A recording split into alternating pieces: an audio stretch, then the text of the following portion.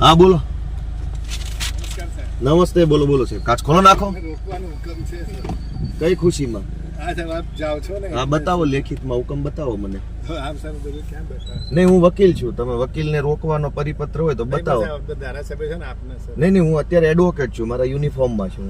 તમે વકીલને રોકવાનો હુકમ હોય તો બતાવો, નહીંતર પછી હું તમારા વિરુદ્ધ ફરિયાદ કરીશ. તમને હુકમ હશે એ સ્વીકારો. હું એડવોકેટ છું. નહીં, હું એડવોકેટ છું, યુનિફોર્મમાં છું. હું અમારા ક્લાયન્ટ માટે જાઉં છું. વકીલને રોકવાનો તમને કોઈ સત્તા હોય તો તમે મને પરિપત્ર બતાવો.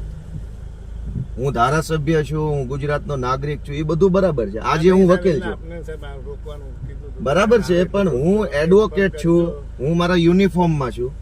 અમારી બી સાહેબ થોડી મજબૂરી છે. ના ના, મજબૂરી શું કામ છે? તમે કાયદા પ્રમાણે હાલો ને, કાયદા પ્રમાણે હાલો. મજબૂરી શું કામ?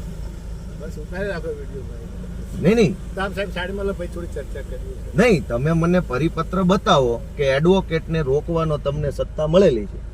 તમારા સાહેબને પૂછી લો કે એ યુનિફોર્મમાં આવ્યા છે. હા, પૂછી લો. તમે એને પૂછો, 2 મિનિટ યુનિફોર્મમાં છે, એડવોકેટ છે, ક્લાયન્ટ માટે, અમારા ક્લાયન્ટ માટે હું જાઉં છું. તમારે વકીલને રોકવાની સત્તા હોય તો લેખિત પરિપત્ર મને બતાવો.